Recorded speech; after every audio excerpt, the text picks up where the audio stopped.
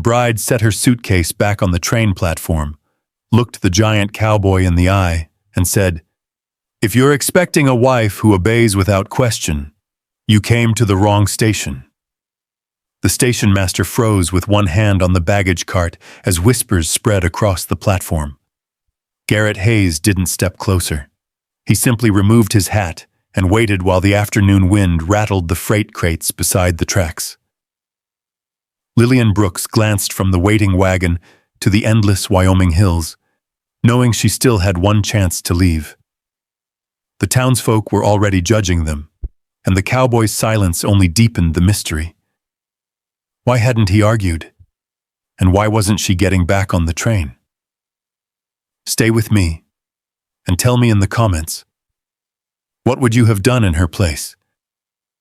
The train whistle echoed across the open valley long before it rolled into the little depot outside Snake River Basin. Dust drifted over the platform as passengers stepped down one by one, carrying carpetbags, crates, and hopes that looked heavier than either. Garrett Hayes stood apart from the crowd with his hat pulled low against the morning sun. Most folks noticed him before they noticed the train. He was the tallest man for miles around, broad across the shoulders from years of mending fences, breaking horses, and lifting hay bales without asking another man for help. Children whispered when he rode into town. Travelers often stepped aside without realizing they had done it. Yet anyone who knew him understood that the giant cowboy spoke more softly than most men half his size. He shifted his weight once and glanced toward the passenger car. Somewhere inside was the woman he had agreed to marry. Months earlier, Garrett had written a careful letter to a marriage agency in St. Louis. He had not asked for romance. He had asked for honesty, hard work, and someone willing to share the endless seasons of ranch life. The letter had taken weeks to arrive, and the answer had taken even longer. Now there was no turning back. The conductor lowered the final step. A woman in a dark blue traveling dress stepped onto the platform, carrying a worn leather suitcase in one hand and a canvas satchel in the other. She paused, looked around the station without hurry, then lifted her eyes until they found Garrett standing near the hitching rail. She walked straight toward him. "You must be Mr. Hayes." "I am." She studied him for another second. "You look taller than the photograph." Garrett gave the smallest nod. "You look exactly as your letter sounded." A corner of her mouth lifted. "I'll decide whether that's a compliment later." The stage driver laughed under his breath before climbing onto his wagon. Garrett reached for her suitcase. Lillian Brooks kept hold of the handle. "I can carry my own things." He released it immediately. "All right." It was the first thing about him that surprised her. The ride to Iron Mesa Ranch took nearly 3 hours. Wagon wheels rattled over packed dirt, while the wind carried the smell of sagebrush across the valley. Snow still rested on the distant mountain peaks, although spring had already touched the lower grasslands. Garrett expected questions about the house. Instead, Lillian asked, "How deep is your well?" 32 feet. "Does it stay full through August?" "Usually." She nodded as if filing the answer away. "What do you grow besides hay?" "Oats, a small vegetable patch." "How far is the nearest blacksmith?" 7 miles. "The nearest church?" "Town." "The nearest doctor?" "About 20.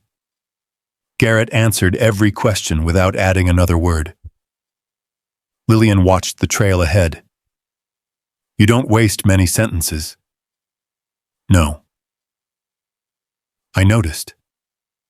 Silence settled between them again. It was not an uncomfortable silence, just unfamiliar. By midday, the ranch appeared beyond a line of cottonwoods. A weathered log house stood beside a large red barn. Smoke drifted from the stone chimney. Corrals stretched across the hillside where cattle grazed under the wide Wyoming sky. Garrett climbed down first. "This is Iron Mesa." Lillian did not walk toward the front porch. Instead, she looked at the windmill, then the well, then the barn. Finally, the pasture beyond the fence. Garrett waited. I'd like to see the water before I see the kitchen. He blinked once. The water? And the feed storage. He simply turned and led the way. The well bucket came up clear and cold. Lillian dipped 2 fingers into the water before tasting a drop. Good. She examined the grain bins next. One lid sagged slightly on rusted hinges. She crouched, ran her hand across the wooden floor, then stood. Moisture gets in during storms. Garrett looked inside. She was right. Neither of them spoke for several moments. At the barn, she counted bridles hanging on the wall, noticed a cracked harness waiting for repair, and smiled when an old ranch dog wandered over to sniff her boots. You've got good stock, she said quietly. I try, but your records probably need work. Garrett looked at her. You haven't seen my records. I've seen enough kitchens and storerooms to know the difference between a ranch that's busy and one that's organized. For the first time that day, Garrett almost smiled. Almost. Late that afternoon, they sat across from each other at the rough pine table inside the cabin. A coffee pot rested between them. Sunlight slipped through the small window, laying long stripes across the floorboards. Garrett folded his hands. I suppose we should discuss the wedding. I suppose we should. She wrapped both hands around the warm coffee cup. But first, we should discuss something else. He waited. I'm willing to stay here for 1 month. Garrett frowned slightly. 1 month? If, during that month, you treat me like someone you purchased instead of someone you invited, I'll leave. She met his eyes without lowering hers. I don't owe anyone my future. The room grew very still. Outside, a horse stamped against the hitching rail. The kettle clicked softly on the stove. Garrett leaned back in his chair. You won't hear an argument from me. Lillian had expected questions, or conditions.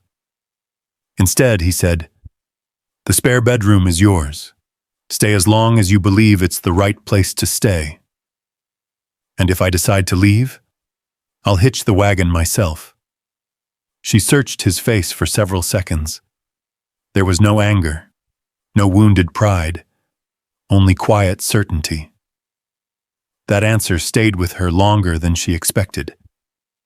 The next morning, before sunrise, word had already reached the general store. By noon, it had crossed the church porch. Before evening, every table inside the diner carried the same conversation. The giant cowboy who had finally ordered himself a wife had somehow found the one woman in Wyoming territory who wasn't the least bit afraid to tell him no. No one in town knew what would happen after those 30 days.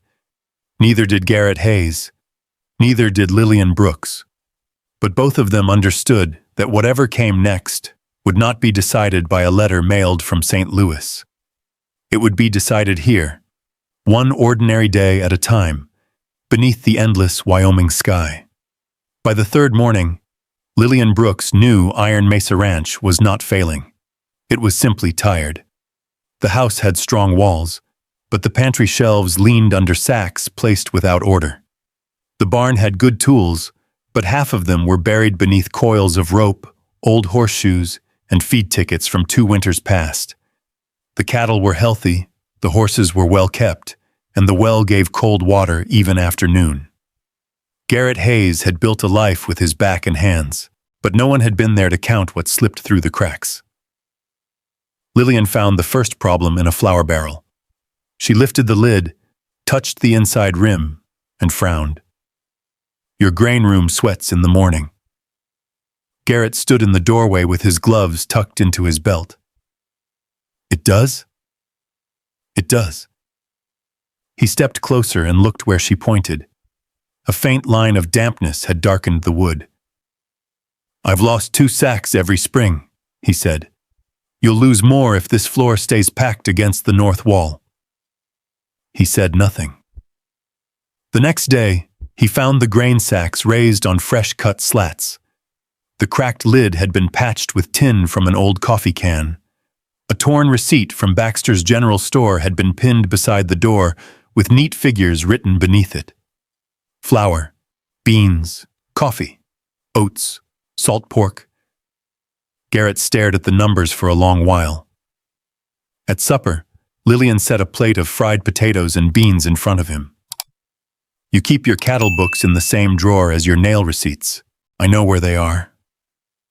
I didn't say you didn't. He looked up. She poured coffee into his cup. I said they don't belong together. For a moment he looked as though he might argue. Then he only said, "All right." That was how the house began to change. Not all at once. Not with speeches. A jar of nails appeared near the back door. A new ledger lay on the kitchen table beside a sharpened pencil and a square of folded cloth to keep the ink from smearing. The feed room gained labels written in Lillian's steady hand. Garrett's old bills were tied by month with bits of string. She rose before sunup, tied a plain apron over her dress, and moved through the house with quiet purpose. She cooked biscuits that did not crumble in a man's pocket. She washed curtains that had held 5 years of smoke. She cut seed potatoes with a paring knife and planted them in straight rows behind the house where the wind hit hardest. Garrett noticed everything. He did not say so. Instead, he started leaving small things where she would find them. A better hoe by the garden fence, a patched glove on the porch rail, a strip of canvas stretched over the new seedbed before a cold rain came down from the mountains. One evening, Lillian stepped outside and saw him kneeling beside the old water cart. His sleeves were rolled to the elbow, and a wrench rested in the dirt beside his knee. "That wheel's been crooked since I arrived," she said. "Longer than that." "Then why fix it now?" Garrett tightened a bolt and kept his eyes on the axle. "No reason for you to carry water that far." She looked away before he could see what passed over her face. "Thank you." He nodded once, as if the words had landed somewhere too tender to answer. A week later, Garrett brought a bay mare from the lower corral. Lillian stood in the yard wearing a brown riding skirt she had altered herself, one hand on her hip.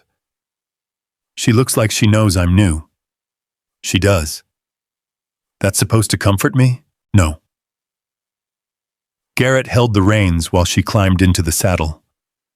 She sat too stiffly at first, shoulders straight, chin lifted, determined not to give the animal or the man watching her the satisfaction of fear. The mare took 3 steps. Lillian slid sideways and landed in the dust with a soft grunt. Garrett took 1 step toward her, then stopped. She raised one hand. "Do not pick me up." He froze. After a moment, he bent, picked up her hat instead, and brushed the dirt from the brim. When she stood, he handed it back without a word. She climbed on again. By the end of the 2nd week, she could ride to the east fence and back without gripping the horn white-knuckled. By the 3rd, she rode beside Garrett while he checked a line of posts damaged by spring runoff. The wind moved through the grass like a slow hand. Garrett carried a roll of wire across one shoulder, his size making the load look smaller than it was. Lillian walked the fence line with pliers and a pouch of staples, stopping every few yards to study the way the posts leaned. "You set this line before the last flood?" "3 years ago, the creek is changing." Garrett looked toward the cottonwoods. "Creek's always changing. Then the fence has to change before it does." He glanced at her, then at the wire. That afternoon he moved 4 posts. He did it without admitting she was right. She did not ask him to. The town noticed too. At Baxter's, men leaned near the cracker barrel and spoke low when Garrett came in for lamp oil and coffee. At the diner, Mrs. Hollis asked Lillian twice how she was finding ranch life, though her eyes kept drifting toward the street where Garrett loaded supplies. Silas Whitmore began his talk in quieter places. Silas owned the spread west of Iron Mesa, where the pasture ran down toward the same creek Garrett's cattle used in late summer. He was a clean-coated man with polished boots and a habit of smiling before he meant harm. "Funny thing," he told the blacksmith one afternoon. "A man lives alone 15 years, then brings in a stranger from the rail line and hands her his books." The blacksmith kept hammering. Silas leaned closer. "Some women can read a ledger better than a deed." By sundown, half the town had heard some version of it. By Sunday, it had grown teeth. Lillian heard the whisper outside the church steps. She did not turn around. She only tightened the ribbon beneath her hat and walked to the wagon where Garrett waited. He saw her hands. They were steady. Too steady. On the ride home, he said, "You don't have to go back there." She looked at the road ahead. "I've worked in hotels beside railroad men, gamblers, widows, preachers, and hungry children. A whisper is not the worst thing I've carried." Garrett's jaw tightened. "It isn't right." "No." A long silence followed. Then she added, "But don't make it worse by trying to frighten them into kindness." His hands loosened on the reins. That evening, after chores, Lillian found something new inside the cabin. A small desk stood beneath the east window. It was plain pine, sanded smooth, with one drawer and a surface just wide enough for the ranch ledger. Beside it sat a chair Garrett had shortened at the legs, so her feet rested comfortably on the floor. She ran her fingers over the edge. There was no carved decoration, no fancy polish, just careful work. Garrett stood near the stove, pretending to check the fire. "You needed a place for the books." Lillian opened the drawer. Inside lay 2 pencils, a bottle of ink, and the clean receipts from the last cattle sale. She closed it gently. "Garrett." He looked over. For once, she seemed unsure what to do with her words. "You didn't have to." "I know." Outside, a loose shutter tapped once against the wall. Lillian sat at the desk, placed both hands flat on the wood, and looked out toward the dark line of the barn.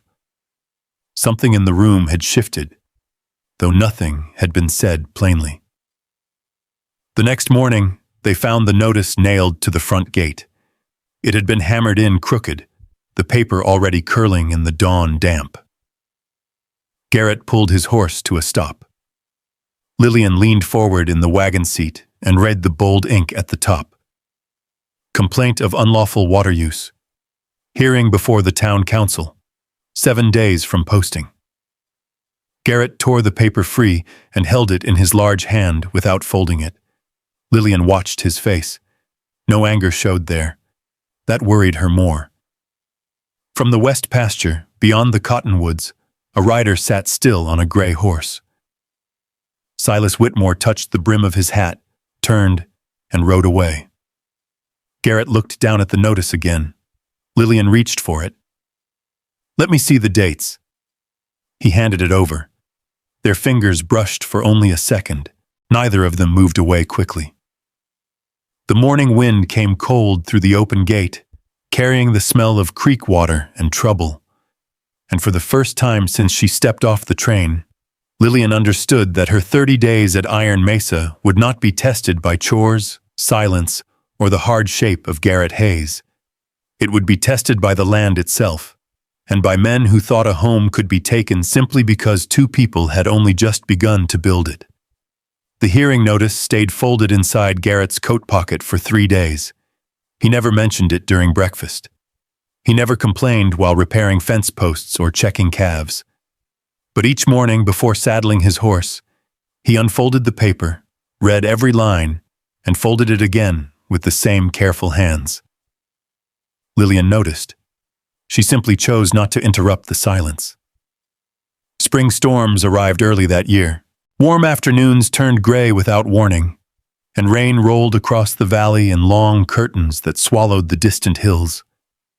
The creek beside Iron Mesa rose a little more each evening, carrying branches, broken reeds, and muddy foam downstream.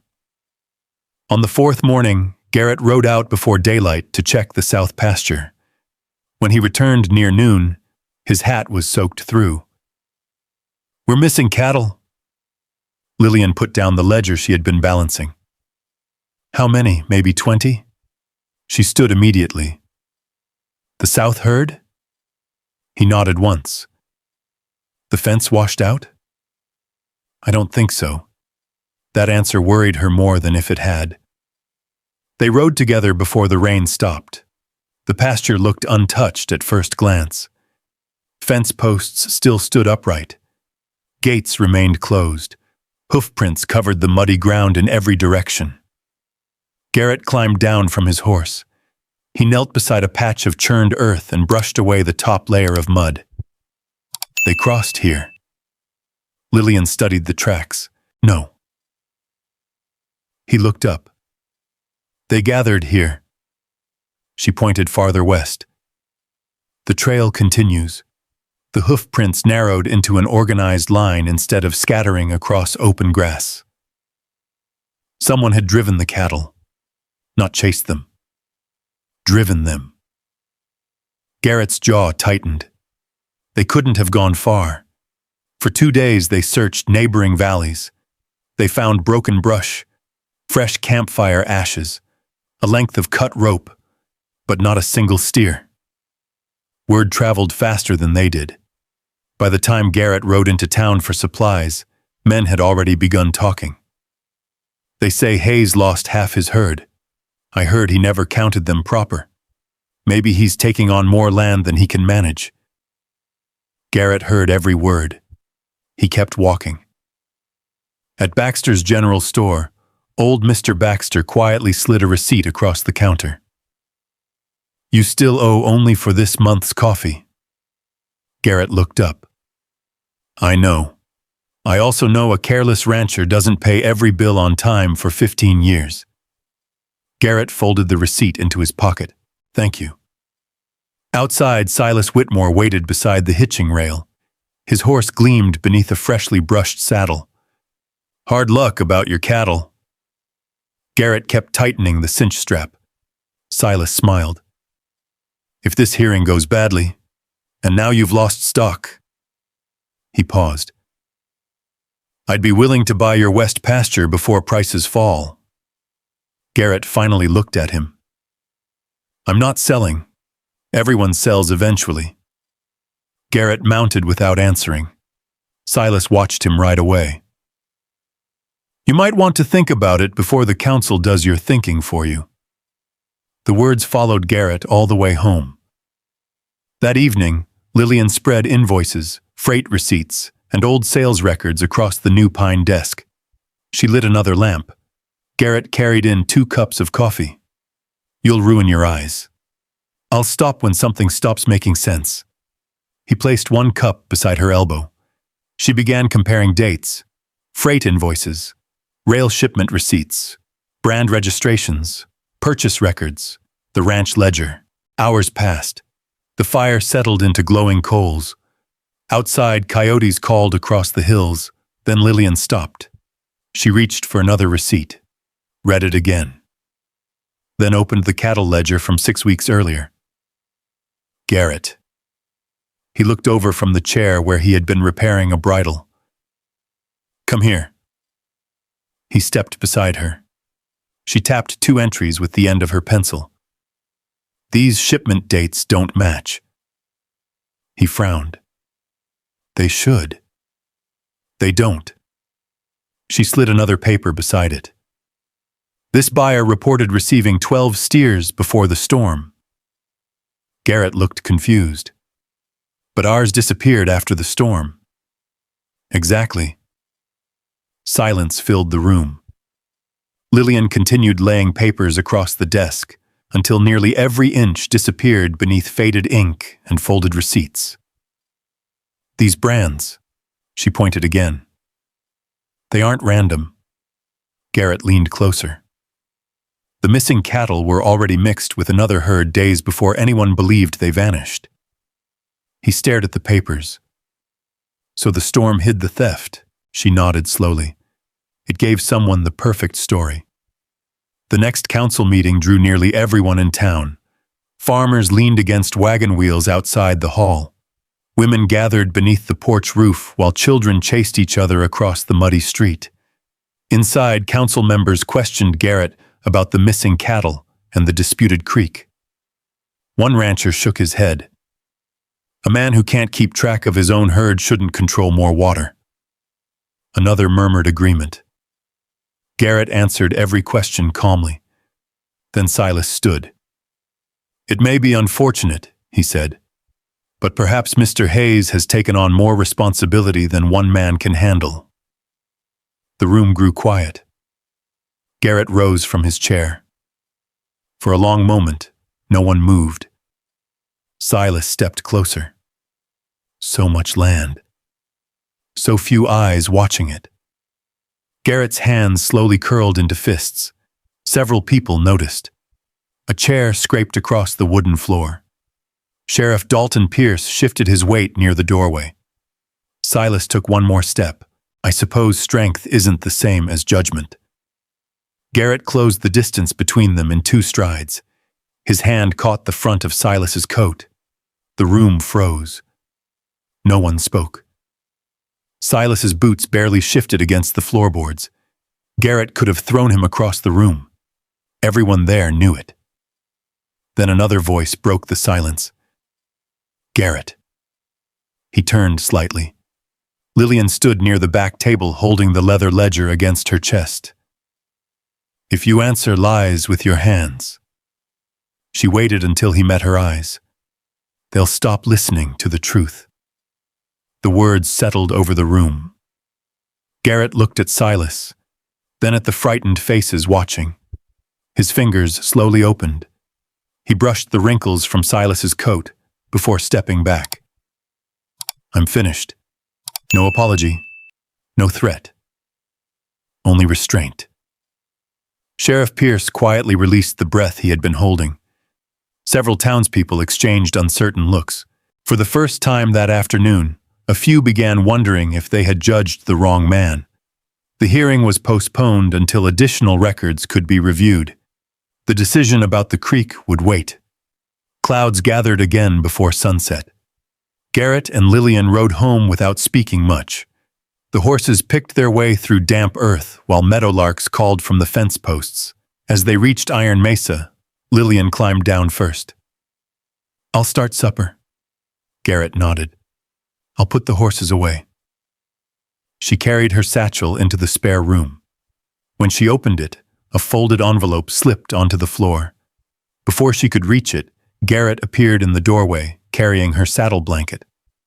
"I thought you forgot." He stopped. The envelope lay face up between them. The seal had already been broken months before.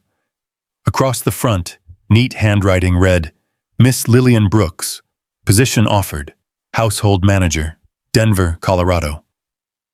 Garrett looked at the letter, then at her. He said nothing. He quietly bent, picked up the saddle blanket instead, and laid it over the chair. "I'll finish with the horses." His footsteps faded down the hallway. Lillian remained standing alone. The unopened future she had once carried from the east suddenly felt heavier than both of her suitcases had on the day she stepped off the train. Outside, Garrett rested one hand against the old barn door before leading the horses inside. For the first time since Lillian had arrived at Iron Mesa, a doubt settled into his heart that no amount of hard work could silence. Perhaps the woman who had brought warmth, order, and hope back into his home had never intended to make it her own. Perhaps she had only been waiting for the right moment to leave. The letter stayed where it had fallen. Neither of them mentioned it the next morning. Garrett rose before dawn as he always did. He filled the coffee pot, split kindling beside the porch, and saddled the horses while the eastern sky was still gray. Lillian found her cup waiting beside the stove, warm enough to steam when she wrapped both hands around it. It was the same quiet kindness. Only now there was another kind of silence between them. The weather changed by afternoon. A hard wind came down from the mountains, carrying snow long before anyone expected it. Old ranchers in town called it a fool's storm. Spring was supposed to be settling in, yet winter had decided it was not finished. Garrett stood outside the barn studying the clouds. "We need to bring the young calves closer." Lillian was already buttoning her heavy coat. "I'll help." "You don't have to." "I wasn't asking." He looked at her for a moment, then handed her an extra pair of leather gloves. The first flakes began falling before they reached the north pasture. By the time they gathered the last of the calves, the trail back to the ranch had nearly disappeared beneath fresh snow. Wind pushed against horse and rider alike, turning familiar ground into shifting white shadows. One frightened calf slipped through a broken section of fence and stumbled toward a shallow ravine hidden beneath the drifting snow. "I've got him!" Lillian called. She climbed down before Garrett could stop her. The little animal struggled against tangled wire. Lillian knelt beside it, working carefully with chilled fingers to free its leg. Then the weakened fence gave way. The old timber post snapped with a sharp crack. Lillian fell backward as the broken rail struck her lower leg before sliding harmlessly into the snow. Garrett reached her in seconds. "Lillian, I'm all right." She tried to stand. The moment she placed weight on her foot, she caught her breath and sat back down. Garrett looked once at the darkening sky. There was no time to argue. He wrapped the frightened calf in a saddle blanket, secured it across his own horse, then crouched beside her. "I can walk." "You shouldn't. I don't need carrying." "No." He slipped one strong arm beneath her shoulders and another beneath her knees. "You need to get home." She started to protest. Then another blast of wind swept across the ridge, carrying snow so thick neither of them could see the barn anymore. She let the words go. Garrett carried her the rest of the way to his horse, settled her gently into the saddle, and walked beside her through the storm, one hand steady on the reins the entire journey. By nightfall, the valley had disappeared beneath white silence. The road into town was gone. The hearing would have to wait. Iron Mesa stood alone. Garrett built the fire higher than usual. He heated water in a black iron kettle, soaked clean strips of linen, and examined Lillian's leg with careful hands. "It isn't broken," he said quietly, "just badly bruised." She watched him wrap the bandage. "You've done this before." "My mother twisted her ankle every lambing season." He tied the knot gently. "There." She smiled faintly. "You make a better nurse than you let on. I'd rather be fixing fences. I believe that." For the next several days, the storm kept them inside. Garrett cared for the livestock between squalls, returning each time with snow clinging to his coat and frost melting slowly in his beard. Before eating himself, he always checked the fire, warmed another pot of coffee, and asked the same question. "Does your leg hurt less today?" Sometimes she answered yes. Sometimes she didn't. He asked anyway. On the fourth morning, Lillian woke before sunrise and noticed fresh hammering outside. She pulled a blanket around her shoulders and looked through the window. Garrett was working beside the south wall despite the cold. Old window frames leaned against stacked lumber. Pieces of salvaged glass reflected pale winter light. By evening, a small structure stood beside the house. Not large, just enough room for a few planting beds. When Garrett came inside, his boots left melting tracks across the floor. "You built something." He removed his gloves. "A place for your seeds." She stared at him. "The ones you've carried all this way." "You remembered." "I remember most things." He hung his coat near the stove. "I figured you'd want them growing before summer." She looked back toward the little glass house. No flowers, no carved trim, no grand gesture. Just a place where something could live. Late that afternoon, while Garrett repaired harness leather in the barn, Lillian wandered slowly through the house with the help of a walking stick. She noticed an old wooden chest tucked beneath the stairs. Inside lay neatly folded quilts, a faded shawl, and several journals tied together with blue ribbon. She hesitated, then opened the first one. The handwriting belonged to Garrett's mother. She wrote about long winters, stubborn weather, and teaching her son to mend broken things instead of throwing them away. One entry caught Lillian's eye. If this land ever belongs to Garrett alone, I hope he never sells it because he is lonely. A home should be shared willingly, never traded away. Lillian closed the journal carefully. When Garrett returned, she was waiting by the fire with the ribbon still in her hands. I read something I probably shouldn't have. He looked at the journals. My mother's. She nodded. I'm sorry. He crossed the room. No. He rested one hand on the old chest. She would have liked knowing someone else was reading them. Silence settled between them. A gentle, comfortable silence. After a while, Lillian reached into the pocket of her traveling bag. She drew out the Denver letter. I should explain. Garrett looked at the envelope but did not touch it. It was offered before I came west. You wanted the job. I thought I did. She smiled sadly. I kept it because I wasn't sure I'd ever find a place that felt like mine. She looked toward the little greenhouse outside. I never answered them. Garrett's shoulders relaxed almost too slightly to notice. You never sent it? No. I couldn't. She folded the letter again. I kept waiting to be certain.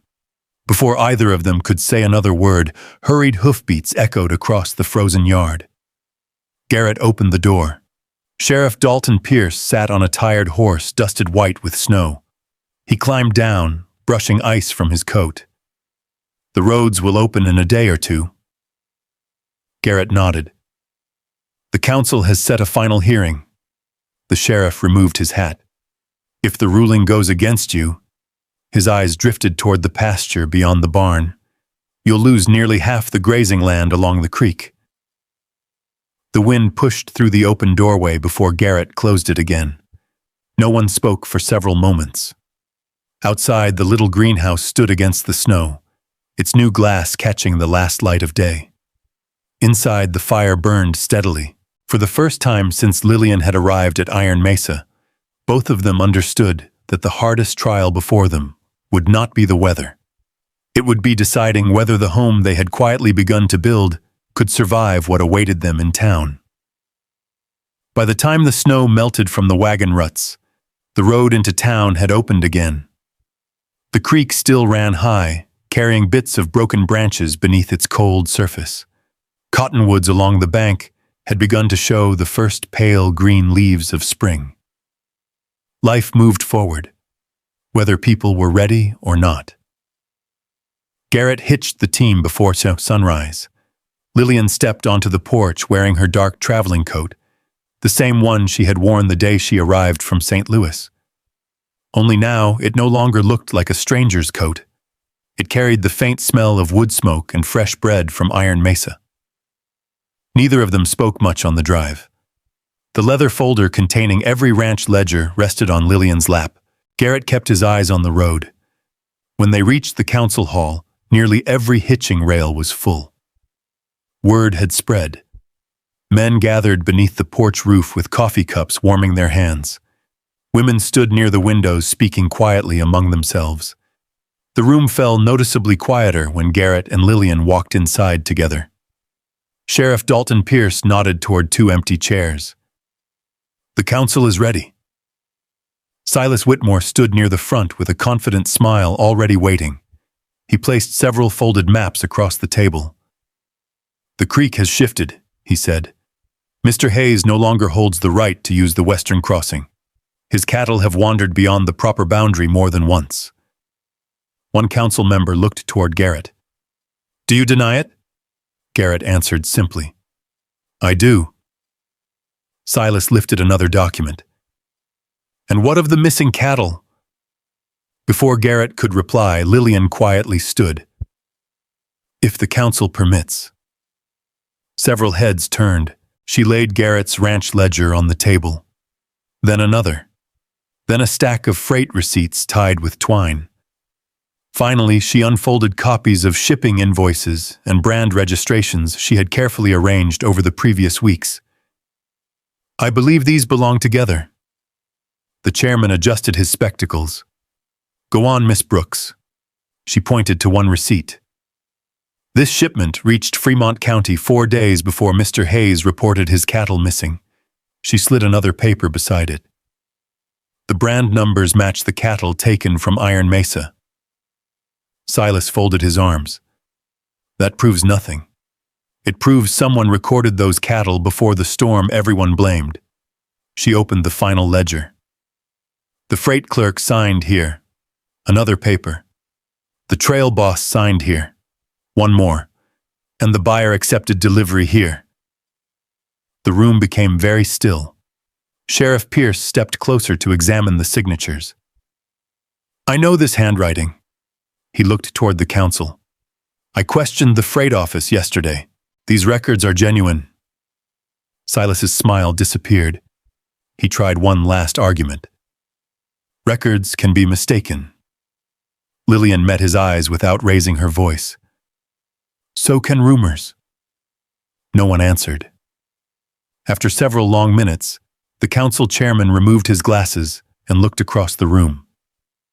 "The complaint against Garrett Hayes is dismissed." He folded the notice. "The water rights remain with Iron Mesa Ranch." Another member added quietly, "As for the missing cattle, Sheriff Pierce will continue investigating the theft separately." Silas gathered his papers with stiff hands. He left without another word. Outside, conversations resumed across the boardwalk. Only now they sounded different. Old Mr. Baxter tipped his hat toward Garrett. "I figured you'd keep your land." Mrs. Hollis smiled warmly at Lillian. "You've got quite a head for numbers." Lillian smiled back. "My father always said numbers tell the truth if you give them enough time." The ride home felt shorter. Neither of them hurried the horses. The valley stretched before them beneath a bright spring sky, washed clean by the storm that had nearly changed everything. When they reached Iron Mesa, Garrett unharnessed the team while Lillian carried the ledgers inside. A little later, he found her standing beside the small greenhouse. Tiny green shoots had already broken through the dark soil. She was smiling at them. "They made it. So did we." She looked over. For a moment, neither of them moved. Garrett reached into the inside pocket of his coat and removed a folded document. "This belongs to you." She unfolded it carefully. It was a property deed, not to the entire ranch, only to the greenhouse, the garden beside it, and the small cabin site overlooking the creek. She looked up, confused. "I don't understand." "If you stay," Garrett said quietly, "I don't want you living in a place that only belongs to me." He glanced toward the young seedlings beneath the glass. "I want part of it to belong to you." The breeze carried the scent of damp earth through the open greenhouse door. Lillian lowered her eyes to the paper again. No speeches, no promises. Only trust written in ink. She reached into her coat pocket and slowly removed the Denver letter. The edges had softened from months of carrying it. She held it over the small cast iron stove that warmed the greenhouse. The paper caught with a quiet orange flame. Neither of them spoke until the last corner turned to ash. "I kept waiting," she said softly. "For what?" "For somewhere that felt like home." She looked at Garrett. "I don't think I'm waiting anymore." His smile came slowly. It was small, almost shy. Yet it changed his whole face. Early that summer, neighbors gathered beneath a cottonwood tree beside the creek. A circuit preacher rode in from the next town with dust on his boots and a weathered Bible tucked inside his saddlebag. There were no fancy decorations, Mrs. Hollis brought 2 pies. Mr. Baxter carried extra chairs from his store. Sheriff Pierce stood near the back with his hat over his heart. When the ceremony ended, Garrett and Lillian walked together toward the ranch house while friends lingered in the yard, laughing over coffee poured into tin cups. Years passed the way seasons always do across Wyoming. The greenhouse grew larger. The garden spread beyond its first fence. Children from neighboring ranches often stopped by to learn their letters at Lillian's kitchen table during quiet winter afternoons. Garrett remained the biggest man in the valley. He still spoke less than most. But every morning before daylight, he carried a fresh cup of coffee to the greenhouse and left it beside the door before beginning his chores. He never announced he had done it. He never needed to. People eventually forgot that Garrett Hayes had once ordered a wife through a letter sent to St. Louis. What they remembered instead was the life that followed. A lonely ranch became a welcoming home. A careful man learned to share both his land and his heart. A determined woman discovered that dignity was never something another person could give her. It was something she carried with her until she found someone who recognized it. And in the wide, quiet valley of Iron Mesa, that turned out to be worth far more than either of them had ever imagined. And maybe that's why stories like Garrett and Lillian's stay with us long after the last page is turned. The land tested them with loneliness, harsh weather, whispered rumors, and difficult choices. Yet none of those trials mattered as much as the quiet decisions they made when no one was watching. A cup of coffee left by a greenhouse door. A desk built without being asked. A letter surrendered to the fire. A piece of land shared instead of held too tightly. Love did not arrive at Iron Mesa in a single unforgettable moment. It was built the same way they built the ranch itself, one honest day after another, with patience, trust, and the courage to see another person's worth before asking them to carry your own. Perhaps that's the lesson waiting beneath this story. The strongest people are not the ones who never need anyone. They are the ones who learn that respect can open a door pride never could, and that a true home begins the moment 2 people choose to build it together instead of standing alone. If you had been standing in Lillian's place, would you have burned the Denver letter, or would you have taken the road toward a different future? I'd love to hear your thoughts in the comments. If stories like this leave you feeling a little lighter, a little more hopeful, I hope you'll join me again. There are many more journeys across the American frontier still waiting to be told. Stories of quiet courage, unexpected kindness, and the places where wounded hearts find their way home.